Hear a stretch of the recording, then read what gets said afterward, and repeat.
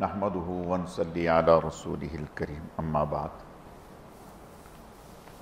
اعوذ باللہ من الشیطان الرجیم بسم اللہ الرحمن الرحیم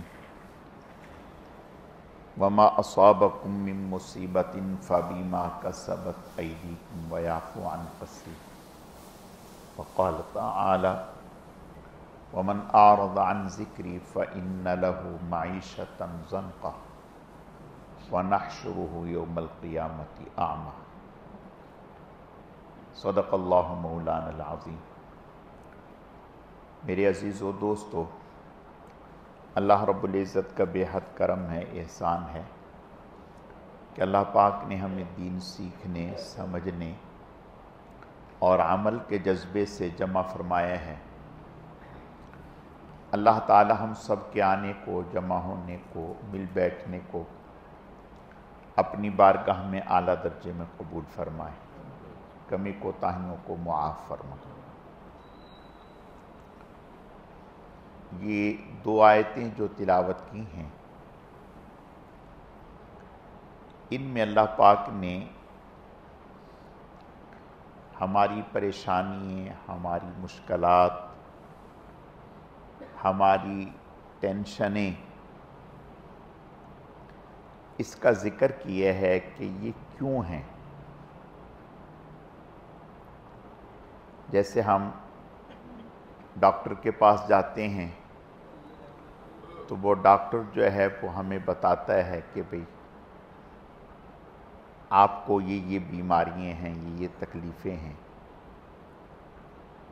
اسی طرح مکینک، انجینئر، وہ ہمیں مشین کے بارے میں بتاتا ہے کہ تمہاری مشین میں یہ فالٹ ہے۔ اسی طرح اللہ تعالی، ہم انسان ہیں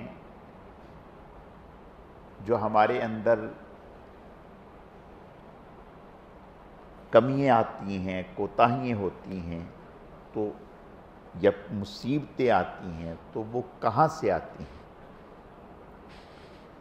ڈاکٹر کی تشخیص غلط ہو سکتی ہے، مکینک کی تشخیص غلط ہو سکتی ہے، لیکن رب کریم کی کہی ہوئی بات غلط نہیں ہو سکتی۔ اللہ فرماتے ہیں کہ وَمَا أَصَابَكُم مِّن مُّصِيبَةٍ فَبِمَا كَسَبَتْ أَيْدِيكُمْ۔ تمہیں جو بھی مصیبت، تکلیف، پریشانی، ناگہانی مصیبت آتی ہے، یا تمہارے اوپر کوئی حالات آتے ہیں، تو وہ اس وجہ سے نہیں کہ اللہ تعالیٰ ظالم ہیں، اللہ تعالیٰ کو تم سے کوئی دشمنی ہے، اللہ تعالیٰ کو ہم سے کوئی عداوت ہے، یا اللہ تعالیٰ ہمیں نقصان پہنچا کر خوش ہوتے ہیں، ایسا نہیں ہے۔ تو پھر کیا ہے؟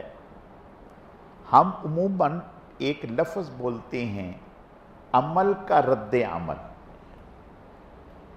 ہم یہ لفظ بولتے ہیں، عمل کا رد عمل، ایکشن کا ری ایکشن، یہ ہم بولتے ہیں۔ اسی طرح اللہ تعالیٰ فرماتے ہیں کہ تمہارے عمل کا رد عمل ہوتا ہے۔ فَبِمَا كَسَبَتْ أَيْدِيكُمْ وَمَا أَصَابَكُم مِّن مُّصِیبَةٍ، تمہیں جو بھی کوئی تکلیف، کوئی مصیبت، کوئی پریشانی، کوئی ناگہانی آتی ہے، وہ تمہارے عمل کا رد عمل ہے۔ تم جیسا عمل کرو گے اس کا رد عمل ہوگا۔ اب اور دوسری جگہ فرمایا وَمَنْ أَعْرَضَ عَنْ ذِکْرِی فَإِنَّ لَهُ مَعِیشَةً ضَنْکَا، کہ جب کوئی انسان ہم سے، ہمارے دین سے، ہمارے قرآن سے، ہمارے ذکر سے، ہمارے نبی سے، نبی کی تعلیمات سے اعراض کرتا ہے، تو ہم اس کی زندگی کو تنگ کر دیتے ہیں، اس کی زندگی کو سکیڑ دیتے ہیں۔ وہ بظاہر اپنے خیال سے مختلف اسباب اور وسائل ڈھونڈتا ہے کہ یہ اس وجہ سے ہو گیا، یہ اس وجہ سے ہو گیا، یہ اس وجہ سے ہو گیا، لیکن حقیقت وہ نہیں جس کی طرف وہ بھاگ رہا ہوتا ہے، بلکہ حقیقت وہ ہے جو ہم کہہ چکے ہیں، جو ہم کہہ چکے میں اور اس کی قرآن و حدیث میں مثالیں بھری پڑی ہیں۔ مثلا دوسری جگہ فرمایا وَمَن يَتَّقِ اللَّهَ يَجْعَل لَّهُ مَخْرَجًا وَيَرْزُقْهُ مِنْ حَيْثُ لَا يَحْتَسِبُ، جو تقوی اختیار کرتا ہے، نافرمانی سے، گناہ سے بچتا ہے، اللہ پاک اس کے لیے ایک تو ایسا غیبی نظام چلاتے ہیں کہ اسے ایسے ذرائع سے روزی دیتے ہیں کہ جس کا اس نے تصور بھی نہیں کیا ہوتا، اور دوسرا رب کریم اس کی طرف آنے والی مصیبتوں کو روک دیتے ہیں، اور اس کے لیے اگر آتی ہیں تو اسے ایسے نکال دیتے ہیں جیسے مکھن سے بال نکال دیا جاتا ہے۔ حدیث شریف میں آتا ہے کہ ایک صحابی، دو بھائی تھے، ایک حضور کی مجلس میں بیٹھا رہتا تھا اور ایک جو ہے وہ اپنے کام کاج میں لگا رہتا تھا۔ تو ایک دن وہ جو دوسرا بھائی تھا اس نے اسے ڈانٹا، اس نے کہا تم کرتے کراتے کچھ ہو نہیں، جب تمہیں دیکھیں وہیں بیٹھے رہتے ہو، جب تم دیکھیں وہیں بیٹھے رہتے ہو۔ حضور علیہ السلام نے سن لیا، آپ نے اس سے فرمایا ارے میاں، شاید تمہیں بھی اس کی برکت سے رزق دیا جاتا ہو، شاید تمہیں بھی اس کی برکت سے رزق دیا جاتا ہو۔ تو پتہ یہ چلا کہ رزق اللہ قرآن میں کہتے ہیں وَلَوْ أَنَّ أَهْلَ الْقُرَىٰ آمَنُوا، اگر بستی والے ایمان لے آتے، وَاتَّقُوا، تقوی اختیار کر لیتے، لَفَتَحْنَا عَلَيْهِمْ بَرَكَاتٍ مِّنَ السَّمَاءِ، تو ہم ان کے لیے آسمان اور زمین سے برکتوں کے دروازے کھول دیتے، ایسا عطا کرتے جس کی کوئی انتہا نہیں۔ تو پتہ چلا ایمان اور تقوی، گناہ چھوڑنے سے رزق میں برکت آتی ہے، گناہ کرنے سے رزق میں تنگی آتی ہے۔ میں اس کی مثال عرض کرتا ہوں۔ بعض دفعہ نل سے پانی کم آتا ہے، بعض دفعہ نل سے پانی کم آتا ہے، آپ کہتے ہیں کہ پتہ نہیں کیا ہو گیا، تو پتہ چلا پائپ میں کچرا پھنسا ہوتا ہے،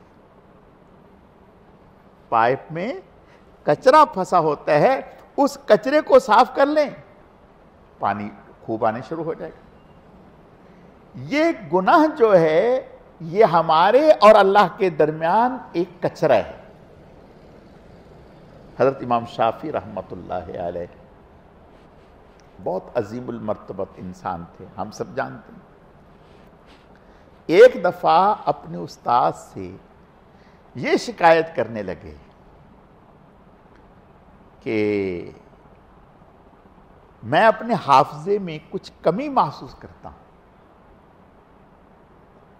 اپنے حافظے میں کچھ کمی محسوس کرتا ہوں۔ انہوں نے فرمایا کہ تم گناہ چھوڑ دو، گناہ چھوڑ دو، تمہارا حافظہ ٹھیک ہو جائے گا۔ اللہ کے نبی صلی اللہ علیہ وسلم کو گناہ سے شدید نفرت تھی۔ آپ صلی اللہ علیہ وسلم نے ارشاد فرمایا گناہ چھوڑنے کے برابر کوئی تقوی نہیں ہے۔ اگر ایک آدمی تہجد نہیں پڑھتا، ایک آدمی اشراق نہیں پڑھتا، ایک آدمی چاشت نہیں پڑھتا، ایک آدمی لمبی چوڑی تلاوت نہیں کرتا، ایک آدمی لمبی چوڑی تسبیحات نہیں کرتا، لیکن گناہ نہیں کرتا، گناہ نہیں کرتا، اس سے بڑا ولی کوئی نہیں۔ حضرت عبداللہ ابن عباس رضی اللہ تعالیٰ عنہ سے کسی نے پوچھا کہ ایک آدمی زیادہ نیک عمل تو نہیں کرتا لیکن گناہ نہیں کرتا، اور ایک آدمی نیک عمل بہت کرتا ہے لیکن گناہ بھی کرتا ہے، دونوں میں بہتر کون ہے، تقوی والا کون ہے؟ حضرت نے فرمایا جو گناہ نہیں کرتا اس سے بڑا تقوی والا کوئی نہیں۔ میں عرض کرتا ہوں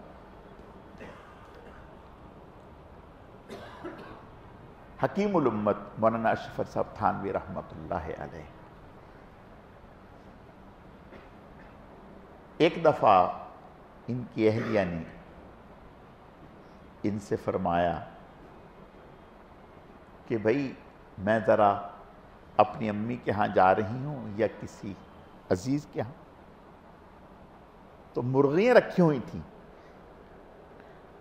آپ ان کو نکال کر ان کو پانی وغیرہ ڈال دینا، پانی دے دیں، دانا پاؤں۔ حضرت فرمایا ٹھیک، فرمایا ٹھیک۔ اب وہ چلی گئیں، حضرت بھول گئے۔ اب جو جس کا کام اسی کو ساجے، جو پڑھنے لکھنے والا آدمی ہے اس کا تو یہ کام ہے نہیں، ذہن میں نہیں رہا، بھول گئے۔ حضرت نے تیاری کی لکھنے کے لیے، یعنی جو کبھی کوئی مضمون لکھنا ہوتا ہے نا تو مضمون ایسے ہی نہیں لکھا جاتا کہ بھئی نہیں، اس کے لیے پہلے خوب مطالعہ کیا جائے، پھر یکسوئی کے ساتھ جہاں کوئی شور شرابہ ہنگامہ نہ ہو، یکسوئی کے ساتھ متوجہ ہو کر ایک جگہ بیٹھ کر پھر جا کر کے لکھا جاتا ہے۔ تو حضرت نے تیاری فرمائی، تیاری کرنے کے بعد جب لکھنے کی جگہ پر آ کر کے بیٹھے کہ لکھیں تو ایسا لگا کہ جیسے سب کچھ چٹ ہو گیا، کچھ مجھے آتا ہی نہیں، کچھ مجھے آتا ہی نہیں۔ حضرت پریشان ہو گئے کہ ایسا تو زندگی میں کبھی نہیں ہوا۔ حضرت نے یوں قلم رکھ دیا اور سوچنے لگے کہ بھی کوئی گناہ ہو گیا، کوئی اللہ کی نافرمانی ہو گئی، اور پھر دعا کرنے لگے، اے اللہ جو آپ کی نافرمانی مجھ سے ہوئی ہے، جس کی یہ مجھے سزا ملی ہے کہ میرا علم جو ہے وہ اٹھ گیا، میرا علم اٹھ گیا، یا اللہ اپنے کرم سے اس گناہ کی طرف مجھے متوجہ فرما دے کہ یہ گناہ مجھ سے ہوا ہے، میں اس پہ توبہ کروں، معافی مانگوں۔ فوراً دل میں خیال آیا کہ بھئی وہ جو مرغی ہے، مرغیاں ہیں، ان کو دانا پانی آپ نے ڈالنا تھا، نہیں ڈالا۔ اوہو، فوراً اٹھے، بھاگے، جا کر کے ان کو نکالا، ان کو دانا پانی دیا، پھر ان کو کچھ دیر کے بعد ان کو بند کیا، اور حضرت فرماتے ہیں پھر جو میں آ کر کے بیٹھا، قلم سنبھالا تو ایسا لگا کہ علم کا سمندر قلم میں امڑ آیا، پورے علم کا سمندر میرے قلم میں امڑ آیا۔ اب میں جو روکنا بھی چاہوں تو ہاتھ رک نہیں رہا، ایسا ماشاءاللہ۔ تو اس پر حضرت نے فرمایا کہ جب ایک عام سی مخلوق کو غیر ارادی طور پر تکلیف پہنچانے پر اللہ کی طرف سے یہ سزا ہے، تو اشرف المخلوقات کو تکلیف پہنچانے پر کس قدر وبال ہوگا، کس قدر گناہ ہوگا۔ حضور نے کیا ارشاد فرمایا؟ آپ نے فرمایا المسلم من سلم المسلمون من لسانہ و یدہ، مسلمان تو ہے ہی وہ جس کی زبان اور ہاتھ سے دوسرا مسلمان محفوظ رہے۔ اب صحابی جہاد پر نہیں گئے، یعنی جہاد پر نہیں، یہ نہیں کہ نیت نہ تھی، یا ڈٹائی تھی، نہ نہ نہ، توبہ، نیت، پکا ارادہ کہ جائیں گے، لیکن سستی اور کاہلی کی وجہ سے نہیں جا سکے۔ اور پھر جب حضور آئے سچ بتا بھی دیا۔ 50 سزا کیا ملی؟ 50 دن تک حضور نے منع فرما دیا، فرمایا خبردار کوئی ان سے بات نہ کرے، کوئی ان کے سلام کا جواب نہ دے، کوئی ان سے لین دین نہ کرے، کوئی ان سے تعلق نہ رکھے۔ 50 دن تک قطع تعلقی ہو گئی۔ یہ حضرات کہتے ہیں کہ زمین ہم پر کشادہ ہونے کے باوجود تنگ ہو گئی۔ وَضَاقَتْ عَلَيْكُمُ الْأَرْضُ بِمَا رَحُبَتْ، اللہ پاک نے قرآن میں ذکر وَعَلَى الثَّلَاثَةِ الَّذِينَ خُلِّفُوا حَتَّى إِذَا ضَاقَتْ عَلَيْهِمُ الْأَرْضُ وَظَنُّوا أَن لَّا مَلْجَأَ مِنَ اللَّهِ إِلَّا إِلَيْهِ، کہ زمین ان پر کشادہ ہونے کے باوجود تنگ ہو گئی۔ یہ کون ہے؟ حضور کے صحابہ ہیں۔ ہمیشہ گناہ والی زندگی نہیں، ہمیشہ تو اطاعت و فرمانبرداری والی زندگی اختیار کر رہے ہیں۔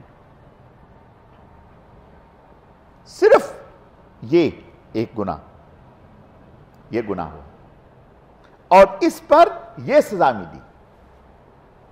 تو اب سوچیں کہ گناہ اللہ کے ہاں کس قدر ناپسندیدہ ہے۔ ہمارے ہاں اللہ ہماری حفاظت فرمائے ایک مزاج بن گیا۔ ہم کہتے ہیں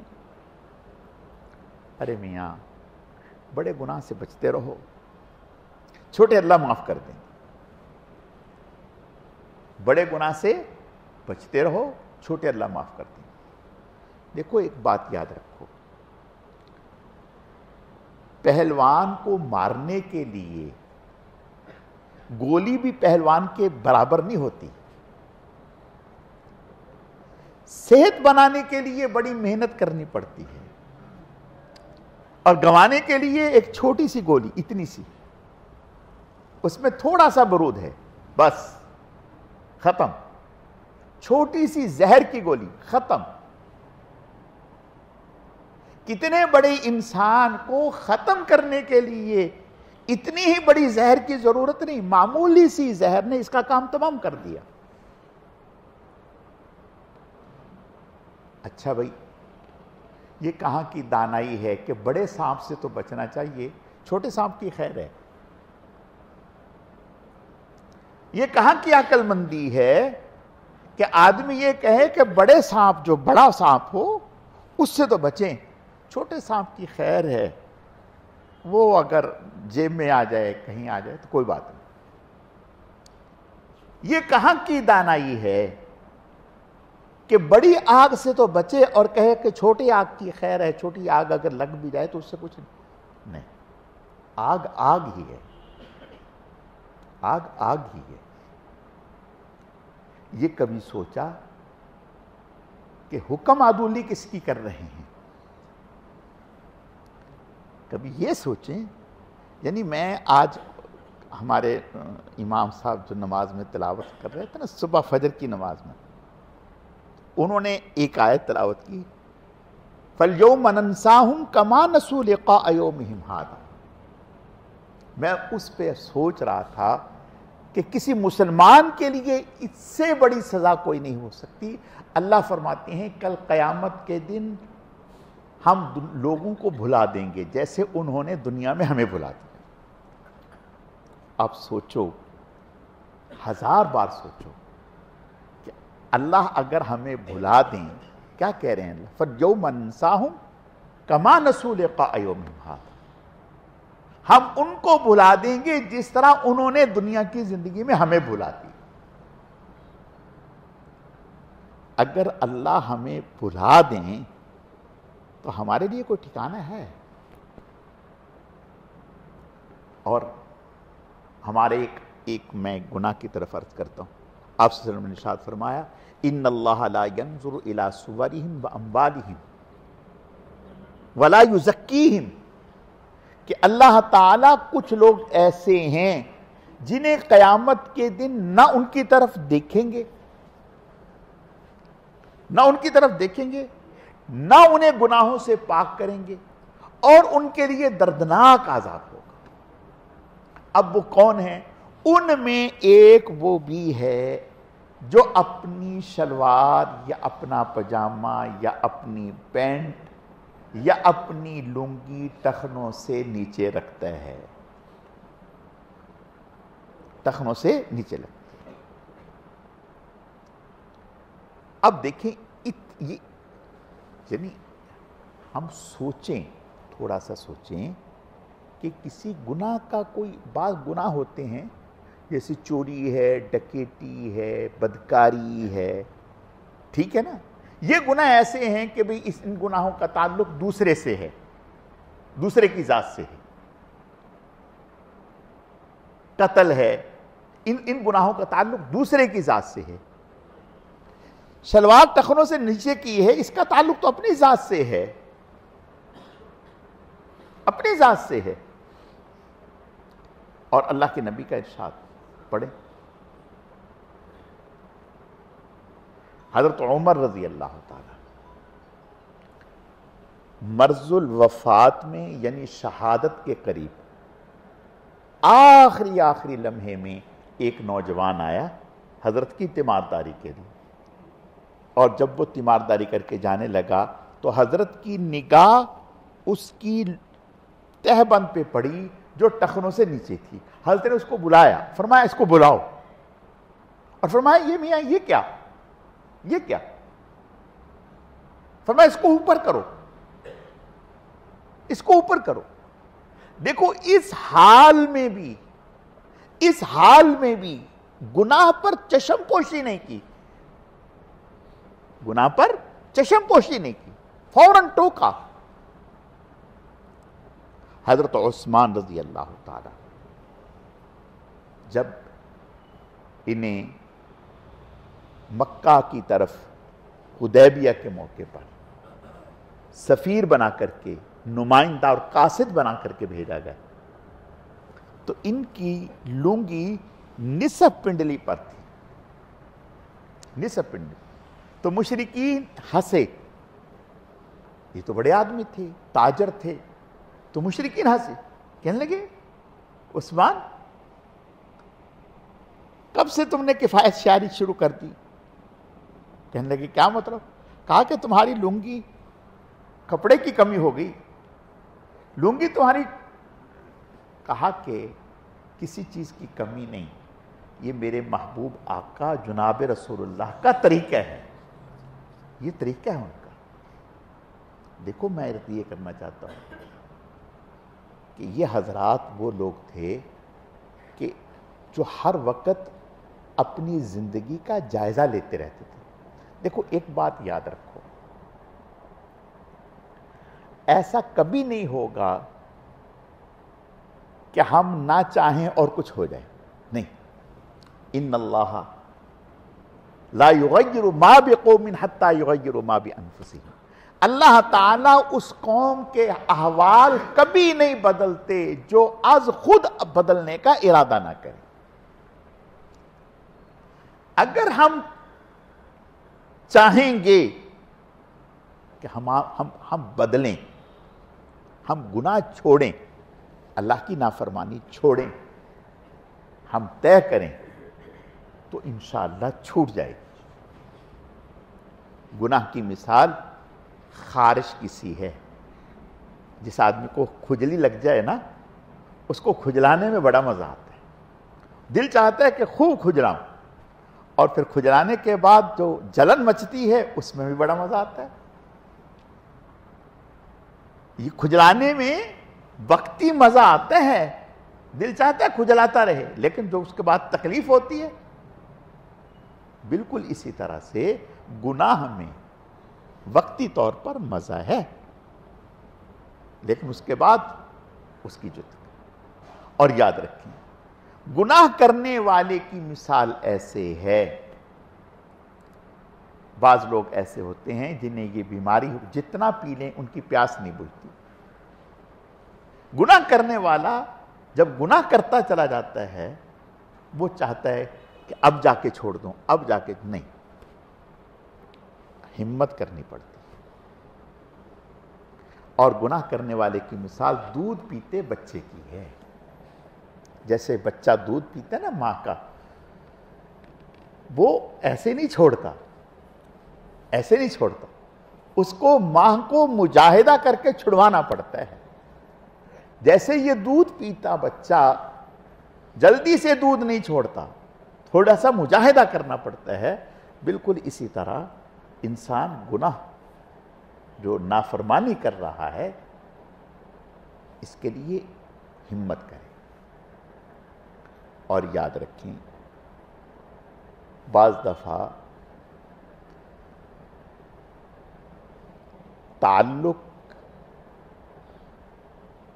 مع اللہ اور اللہ تعالیٰ کے محبوبین کے ساتھ تعلق ہونے کی وجہ سے گناہ چھوٹ جاتے ہیں، جلدی چھوٹ جاتے ہیں۔ میں نے پہلے بھی عرض کیا کہ جگر مراد آبادی یہ ایک شاعر تھا ہندوستان کا، اور بڑا قابل آدمی تھا، نامی گرامی۔ یہ حضرت خواجہ عزیز الحسن مجذوب رحمۃ اللہ علیہ کے ہم مجلس لوگوں میں سے تھا، یعنی خواجہ صاحب بھی شاعر تھے، یہ بھی شاعر تھا۔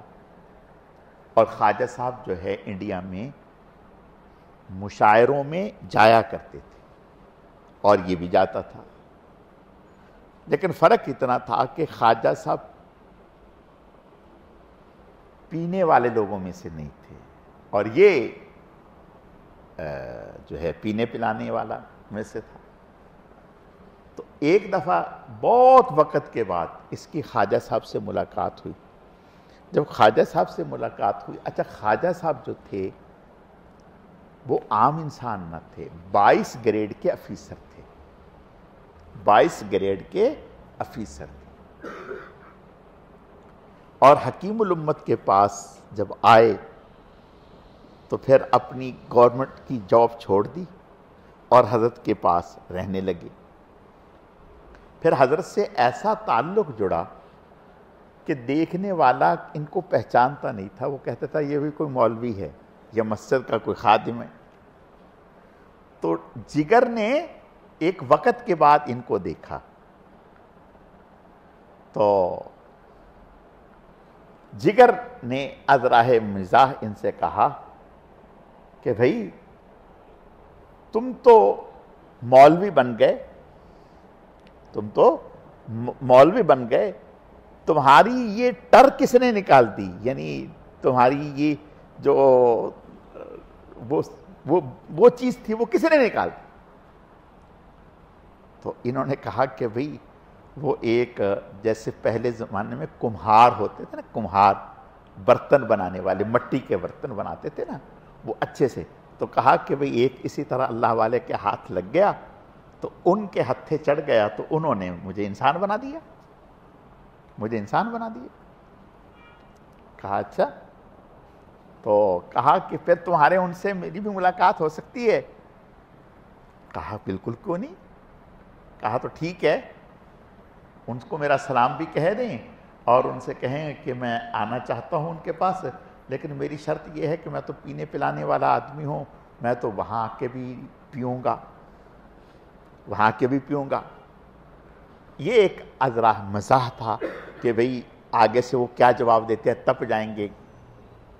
تو خیر خواجہ صاحب نے حضرت سے جا کے سلام بھی اس کا ذکر کیا اور ساتھ ہی کہا کہ حضرت وہ آنا چاہتا ہے، اور اس نے کہا یہ بھی کہا ہے اور ساتھ تھوڑی سفارش بھی کر دی۔ کہا حضرت آدمی کام کا ہے، آدمی کام کا ہے، اگر آپ نظر کرم فرما دیں تو حضرت نے فرمایا ٹھیک ہے، اس سے یہ کہو کہ خانقاہیں جو ہوتی ہیں وہ تو ان کاموں کے لیے نہیں ہوتی، البتہ میرا گھر حاضر ہے، مہمان کوئی بھی کافر بھی آ جائے، مہمان ہوتا ہے، میرے گھر میں آئے ٹھہرے، اس میں اس کو اجازت ہوگی۔ اب جب یہ بات اس نے سنی جگر نے، تو وہ تو حیرانی ہو گیا کہ بھئی اتنا بڑا ظرف مولویوں کا بھی ہوتا ہے. تو وہ سمجھ رہا تھا کہ یہ بہت ہی تنگ ہوگا، مجھے جوتے مار کے. خیر جگر چلا گیا. جب جگر چلا گیا تو جا کے حضرت سے کہنے لگا کہ میں بس آپ کی خدمت میں آیا ہوں دعا کے لیے، دعا کے لیے. حضرت نے فرمائیں. کہا 4 دعائیں کر دیں، 4 دعائیں کر دیں. حضرت نے فرمائیں. کہا ایک دعا تو یہ کر دیں کہ میں شراب مجھ سے چھوٹ جائے، اس لعنت سے میری جان چھوٹ جائے. حضرت نے فرمایا ٹھیک ہے. کہا دوسری دعا یہ کر دیں کہ میں داڑھی رکھ لوں. حضرت نے فرمایا ٹھیک ہے. کہا تیسری دعا یہ کر دیں کہ میں حج کر لوں. حضرت نے فرمایا ٹھیک ہے. کہا چوتھی دعا یہ کر دیں کہ اللہ میری مغفرت کر دے. حضرت نے فرمایا ٹھیک ہے. حضرت نے دعا کر دی. جب دعا کر دی جگر واپس آ گیا. سچے دل سے گیا تھا دعا کروانے کے لیے. یہ بات یاد رکھیں. ہاں صدق نیت شرط ہے، سچی نیت اور عزم، پختہ ارادہ. شراب چھوڑ دی، وہیں اسی مجلس میں توبہ کر لی، واپس آ گیا. شراب چھوڑ دی. اب بیمار پڑ گئے. جب بیمار پڑے تو بڑے بڑے اطباء بلائے گئے، ڈاکٹر، حکیم، حکماء بلائے گئے. ان سے پوچھا گیا. انہوں نے کہا کہ جگر صاحب آپ نے غلطی کر لی. کہا کیا غلطی ہوئی؟ کہا آپ جو ہے یکدم چھوڑ بیٹھے، آپ کو تھوڑی تھوڑی کر کے آہستہ آہستہ چھوڑنی چاہیے تھی. کہا کہ اب ایک ہی ہے شکل ہے آپ کی زندگی کی، اور کوئی شکل نہیں. کہا کیا؟ کہا اب آپ دوبارہ پینا شروع کر دیں، پھر آہستہ آہستہ کر کے چھوڑ دیں. اب جگر نے پوچھا کہ اگر میں نہیں پیوں گا، نہ پیوں تو کیا ہوگا؟ انہوں نے کہا کہ پھر آپ نہیں بچ سکتے، پھر موت یقینی، مرنا یقینی. تو جگر نے بڑی خوب بات کہی. کہا کہ پھر تم گواہ رہو وہ زندگی جو اللہ کو ناراض کر کے حاصل ہو، اس سے وہ موت اچھی جو اس کی رضا میں آ جائے. اللہ اکبر. یہ بہت بڑی بات ہے، یہ بہت بڑی بات. اور لوگوں کا کہنا یہ ہے کہ جس کو شراب کی لت پڑ جائے بہت مشکل سے چھوٹتی، بہت مشکل سے. آسان نہیں ہے، آسان نہیں. دیکھو یہ بات بعض دفعہ زبان سے کہی ہوئی بات اللہ کی بارگاہ میں ایسی قبول ہوتی ہے کہ اس پر اللہ فیصلے کر دیتے. دیکھو کتنی بڑی بات کہی. دیکھو جو بڑا آدمی ہوتا ہے نا وہ بات بھی بڑی کہتا ہے. یہ بات یاد رکھیں. خواجہ صاحب نے جو کہا تھا نا کہ بھائی یہ حضرت یہ بڑا آدمی ہے، کام کا آدمی ہے، تو وہ بات بھی بڑی کہتا ہے. کیا بات کہی؟ کہا کہ اگر میں نہیں پیوں گا تو کیا ہوگا؟ کہا موت یقینی ہے. کہا پھر گواہ رہو وہ زندگی جو اس کو ناراض کر کے حاصل ہو، اس سے وہ موت اچھی جو اس کی رضا میں آ جائے. بس یہی ہوگا نا کہ مر گیا جگر، لیکن مرا اس رب کی رضا میں. بہت بڑی بات. اللہ نے صحت دے دی، ٹھیک ہو گئے، بالکل ٹھیک ہو گئے. داڑھی بھی رکھ لی، حج بھی کر لیا. اللہ ہو. اب جگر کہتا تھا کہ جس اللہ نے اپنے اس محبوب کی 3 دعائیں قبول کر لیں، میں یقین رکھتا ہوں کہ چوتھی بھی قبول ہو گئی. چوتھی بھی قبول ہو گئی. انشاءاللہ اللہ میری مغفرت بھی فرمائیں گے. تو میرے عزیزو بس اتنی سی بات ہے، کچھ بھی نہیں. صرف مرد بننے کی بات ہے. 100 باتوں کی ہے، مرد بننے والی بات ہے. گناہ چھوڑنا مرد بننا ہے. آدمی مرد بن جائے کہ میں نہیں. نہیں کرنا گناہ، ختم ہو. بس تھوڑا سا آپ کو مردانگی دکھانے کی ضرورت ہے، بس سمجھو آپ کامیاب اللہ کی مدد آ جائے گی. دیکھو ایک بات یاد رکھو، چھوٹا بچہ جو چلنا سیکھتا ہے نا، چلنا ماں اس کو دور کھڑا کرتی ہے، اور دور کھڑا کر کے ہاتھ پھیلاتی ہے، کہتی ہے چلو میری طرف آؤ. وہ ڈر رہا ہوتا ہے کہ میں اگر ماں کی طرف قدم بڑھاؤں گا تو گر جاؤں گا. وہ ڈر رہا ہوتا ہے، ڈرتے ڈرتے وہ پاؤں اٹھاتا ہے، گرنے لگتا ہے، لیکن ماں اس کو گرنے نہیں دیتی، اپنی محبت والے ہاتھوں میں تھام لیتی ہے. بالکل اسی طرح سے جو اللہ کی محبت اور تعلق میں قدم اٹھانے کی نیت کر لے کہ میں انشاءاللہ قدم اٹھاؤں گا، آگے بڑھوں گا، تو اللہ پھر اس کو گرنے نہیں دیں گے، اپنے دامن رحمت میں لے لیں گے اس کو. اللہ تعالیٰ سمجھنے کی، عمل کرنے کی توفیق عطا فرمائے. الحمدللہ رب العالمین والعاقبۃ للمتقین والصلاة والسلام علی سید المرسلین. اللہم صلی علی محمد النبی الأمی وعلی آلہ واصحابہ وبارک وسلم وصلی علیہ. اللہم لک الحمد کما انت اہل فصلی علی محمد کما انت اہل وفعل بنا ما انت اہل فإنک اہل التقوی واہل المغفرہ. اللہم لک الحمد ولک الشکر. اللہم اعنا علی ذکرک وشکرک وحسن عبادتک.